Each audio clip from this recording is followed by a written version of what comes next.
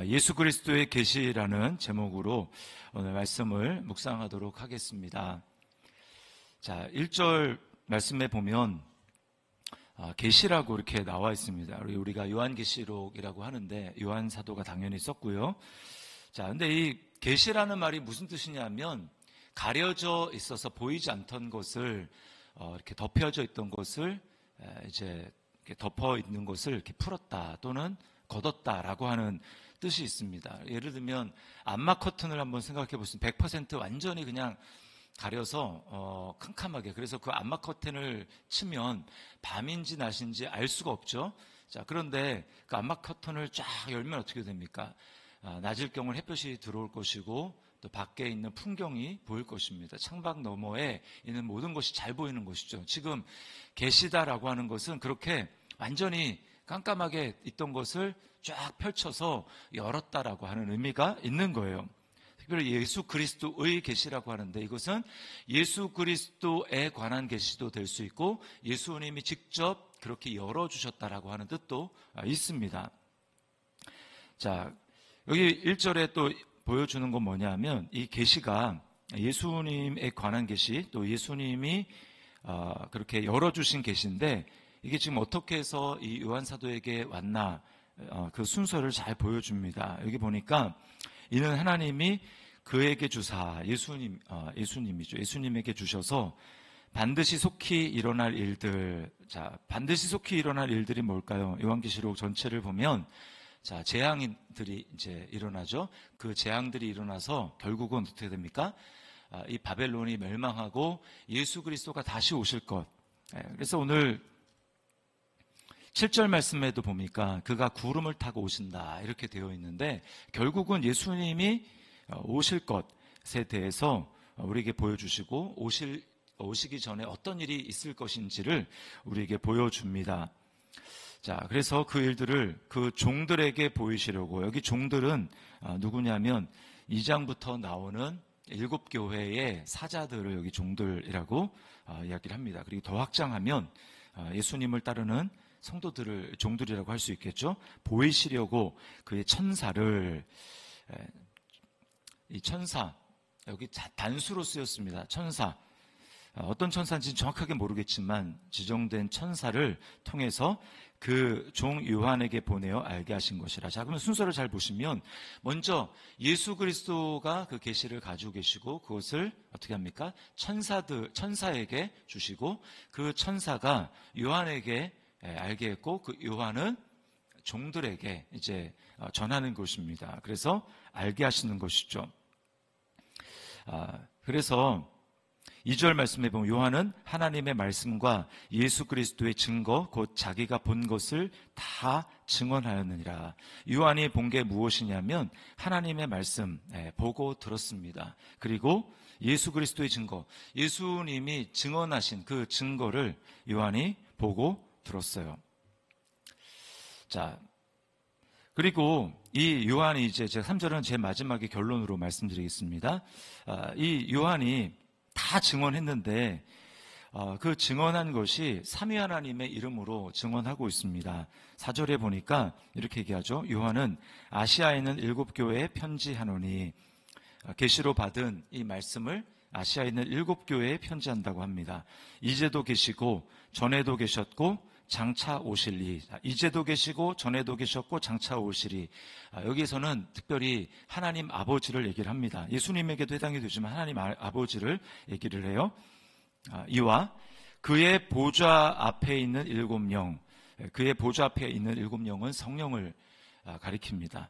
하나님의 보좌 앞에 있는 7영, 성령이고요. 그다음에 5절, 또 충성된 증인으로 죽은 자들 가운데서 먼저 나시고 땅의 임금들의 머리가 되신 예수 그리스도로 말미암아 은혜와 평강이 너희에게 있기를 원하노라. 자, 그러니까 지금 이 편지를 받는 대상들은 이제 2장과 3장에 걸쳐 나오는 7교회 이제라고 하는 것을 알 수 있습니다. 그들에게 삼위 하나님의 이름으로 지금 요한 사도가 편지를 보내고 있는데 은혜와 평강이 너희에게 있기를 원하노라라고 말씀합니다. 그리고 더 나아가서 가장 중요한 게 처음에 1절에 예수 그리스도의 계시라고 했기 때문에 예수님에 대해서 특별히 우리가 그분 아니면 구원을 받을 수 없었기 때문에 이제 5절 끝에서 예수님에 대해서 특별히 언급합니다. 우리를 사랑하사 그의 피로, 예수님의 피로 우리 죄에서 우리를 해방하시고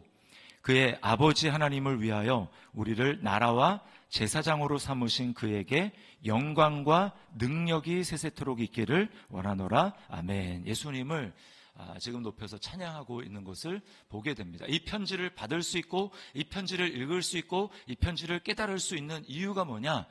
오직 예수 그리스도의 피로 말미암아 우리를 해방시키셨다라고 이야기를 합니다. 특별히 여기 죄에서 우리를 해방시켰다라고 하는데 이 죄는 단지 우리가 행한 그 죄뿐만 아니라 죄의 세력 자체를 가리키는 것입니다.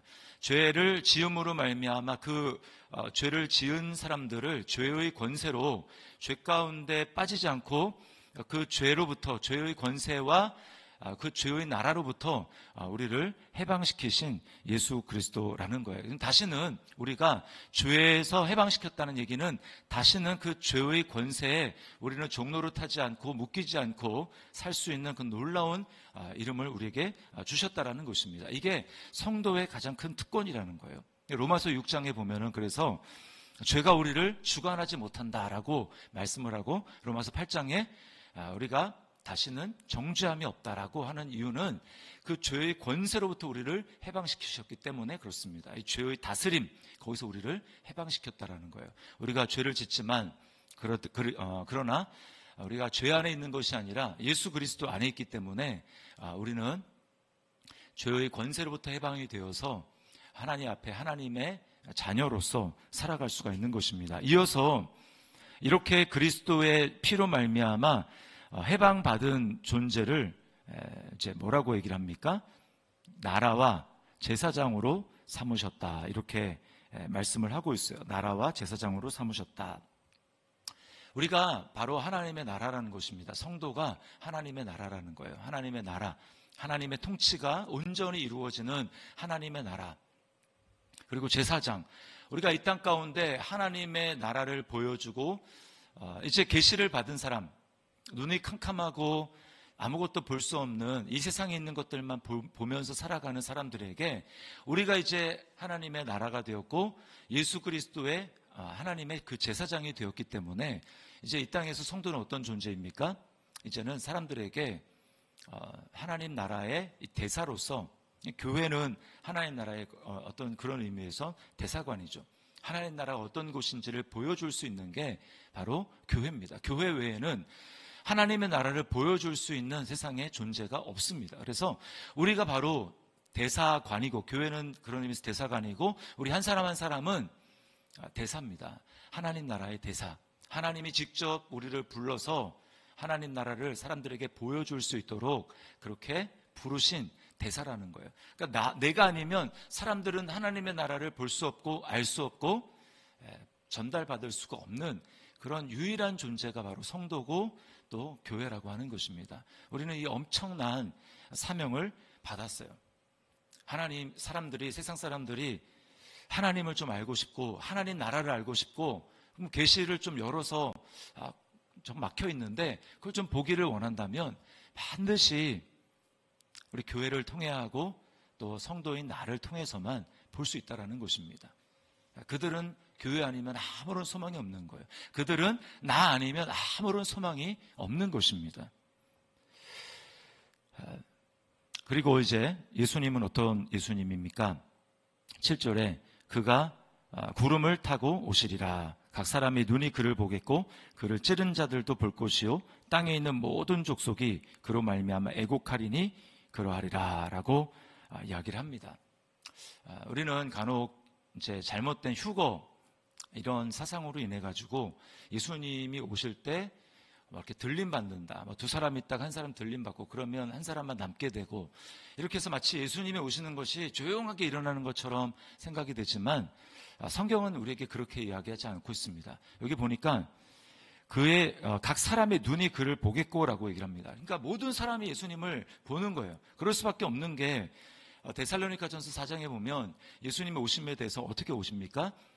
호령과 호령, 큰 소리로 명령하신다라는 거죠. 그리고 천사장의 소리가 있다고 얘기를 합니다. 천사장의 소리. 그리고 어떤 하나님의 나팔 소리가 있어요.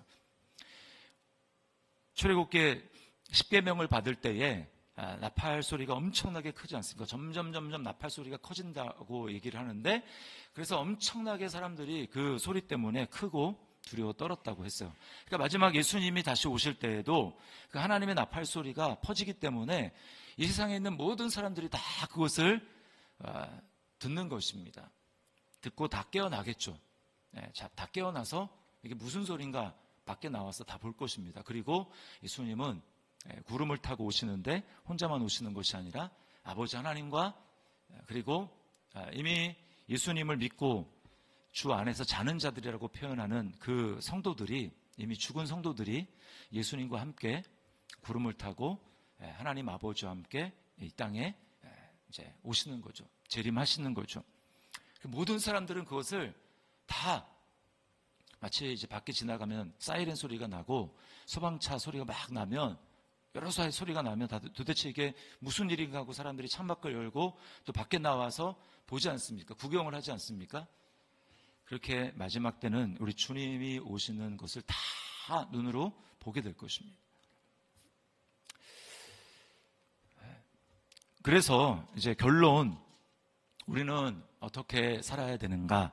3절 말씀이 결론입니다. 3절을 이렇게 있죠. 이 예언의 말씀을 읽는 자와 듣는 자와 그 가운데 기록한 것을 지키는 자는 복이 있나니 때가 가까움이라 라고 말씀을 하고 있습니다. 여기 지킨다라고 하는 것은 잘 간수하는 것을 얘기를 하는 겁니다. 너무 중요한 것을 받았는데 이걸 잘 소중하게 간직하고 잃어버리지 않는 거예요. 예를 들면 안식일을 지킨다. 그러면 그 지킨다라고 하는 건 뭡니까? 안식일에 정해진 어떤 규례가 있지 않습니까? 그 규례를 잘 왜곡되지 않고 잘 보존될 수 있도록 잘 이렇게 지키는 거죠. 보존하는 거죠. 그러려면 거기에는 반드시 그것을 순종하는 것이, 행하는 것이 따라갑니다. 전통을 지키고 이걸 잘 보존하려면 그 전통대로 살지 않습니까? 똑같이 이 계시의 말씀을 받았는데 이 말씀을 왜곡하지 않고 잘 보존하기 위해서는 그것을 당연히 순종하는 것도 들어가는데, 그러려면 처음에 받았던 사람이 다음에 전달해 줬을 때 이게 왜곡이 되면 안 되는 거예요. 그대로 전수가 되고 그대로 간직이 되어야 됩니다. 그러기 위해서 우리가 꼭 필요한 건 뭐냐? 말씀을 읽는 자와 듣는 자, 읽고 들어야 된다는 거예요. 이 당시에는 지금처럼 성경이 각자 개인에게 있지 않습니다. 그러니까 공동체로 모이면 읽는 자가 있는 거죠. 읽는 자가 있고, 회당에서처럼 읽는 자가 있고 그 읽는 것을 듣는 사람들이 있었습니다. 그러니까 읽는 사람도 복이 있고 그 읽는 것을 듣는 사람도 복이 있었던 거죠. 그러니까 우리 얘기로 얘기하면 이 계시록의 말씀들을 우리가 읽고 그 다음에 듣고 이렇게 하면서 이 말씀이 뭐라고 도대체 우리에게 말씀하는가, 마지막 때에 어떤 일들이 펼쳐지는가를 우리가 정말 잘 듣고 간수하고 이 말씀 그대로 살아야 된다는 거예요. 나중에 계시록 제일 뒤에 22장에 나오지만 여기에 하나라도 더하거나 하나라도 빼거나 하면 안 되고 이 말씀 그대로 도대체 뭐라고 말씀하시는지를 우리가 읽고 듣고 그리고 그 안에 있는 대로 순종하며 나아가는 그 사람이 예수님이 재림하실 그 순간을 하나님 앞에 서서 말씀에 따라서 여기 오늘 그가 볼 것인데, 여기 있는 것은 특별히 이제 부정적인 의미죠. 땅에 있는 모든 족속이 볼 것인데 땅에 있는 모든 족속이 그로 말미암아 애곡하리니, 이 스가랴 12장에 나온 말씀을 인용해서 그때 하나님께서 간구하는 심령을 부어주셔서 그를 찌른 자들도 볼 것이다. 물론 여기에 예수님을 믿고 이제 나중에 회심할 유대인들도 해당이 됩니다. 그를 찌른 자들이, 그 중에는 회개하고 예수님을 받아들이는 사람들도 있겠지만 대다수는 부정적인 사람들이에요. 그래서 예수님이 올 때 회개하지 않는 그 사람들이 예수님을 오는 것을 보면서 통곡하는 그런 일들이 있을 것이라고 우리에게 말씀하고 있습니다. 그래서 우리가 마지막 꼭 기억할 것은, 이 하나님의 말씀 전체적으로 계시록뿐만 아니라 더 나아가서 66권 하나님의 말씀, 예수 그리스도에 관한 계시, 그것을 내가 받았는데 내가 이 땅에 살아가는 하나님 나라의 대사로서 나를 통해서 예수 그리스도가 보여줘야 되고, 나를 통해서 하나님 나라가 증거돼야 되고, 하나님 나라가 전해져야 되고, 그래서 예수님이 오실 그때에 우리가 주님으로부터 대사관 또 대사 노릇을 잘 했다고 우리 주님으로부터 칭찬받는 우리 성도 저와 여러분이 되어야 될 줄 믿습니다. 우리 말씀을 기억하면서 우리 하나님 앞에 한번 기도했으면 좋겠습니다.